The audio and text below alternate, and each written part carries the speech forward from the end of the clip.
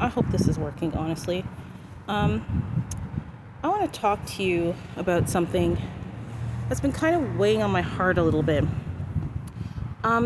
It's very interesting. I want to talk to you about the R word. I think you saw the title to this video.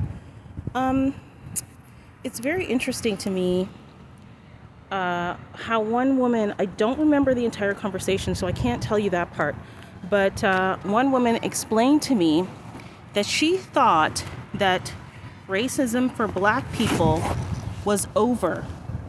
Interesting, huh? She said she thought that racism for black people was over.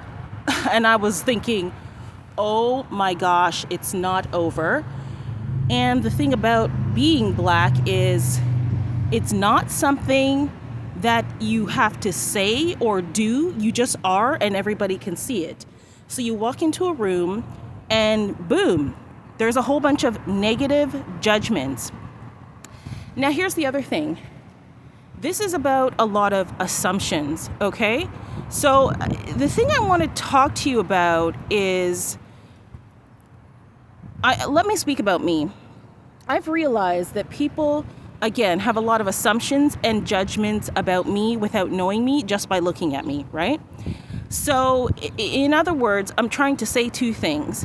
If I have a day when I'm not happy and I'm not saying much, the people assume that it's because I'm a B word. I'm going to say that again. If I'm being quiet and silent and just doing my own thing, people assume that I'm not talking to them and saying hello and being bubbly because I'm a B word. This is all based on how I look, okay? Like my skin color. This is based on my skin color. So what I'm trying to say here is these people that are making assumptions about me as a black woman don't realize, because again, the assumption is, oh, well, she's a B word. And yeah, now she's proving it to us because she's not giving us the reaction that we want out of her, or the bubbliness we want out of her, or the friendliness that we want out of her, because, you know, these low vibrations, they need to be constantly fed, unfortunately. They don't realize that that is actually an act of racism in itself, okay? So it's multi-layered, and it's something you can't get out of. The only way you're actually going to get out of it is to constantly be giving them the assurance that you are not a B, which is very strange to me. So in other words, I can't just live my life and be a human being like, let's say, one of those other people can. You know, I want to avoid using certain words. I can't just be quiet and silent and still be happy, a happy person inside. No, I'm silent because I'm a B word. So this whole acism, I'm going to call it, this acism thing, it is multi-layered and extremely hard to escape.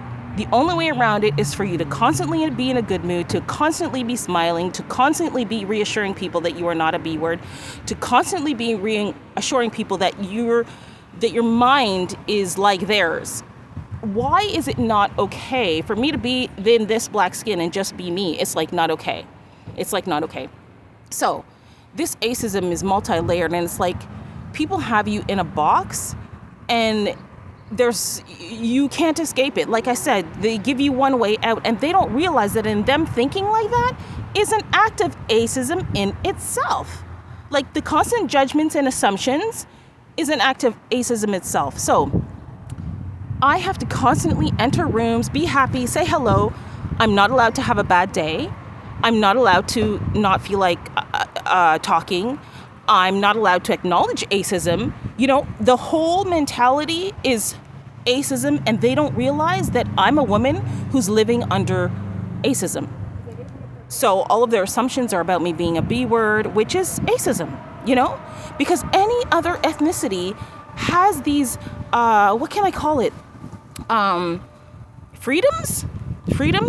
They have the freedoms to be silent, to smile, and to still, you know, walk around, and, you know, they're given the freedom of the assumption that they're happy, they're good people, they're okay, they're not a bitch, they're a friendly person deep down inside, even when they're having a bad day. But I don't get the same freedom.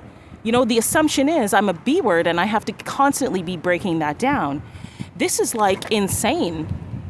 And the reason why this has come up for me is because I'm going to say, since this year started, I made some decisions, okay? And then I made another decision that I was going to commit to God. So this all kind of caused me to focus more on myself.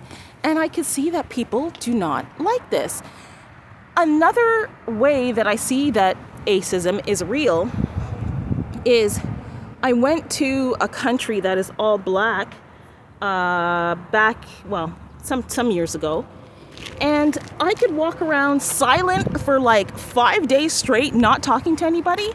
And people were still nice to me. They were still nice to me, even if I was having a bad day. And I could even say to somebody, I'm not having the best day. And it was okay. So it's constant. It is constant.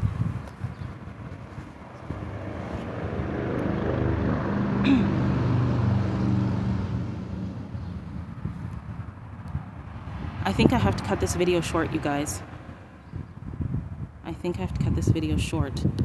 But I will be back. I hope you got the message here. Thank you. Bye for now.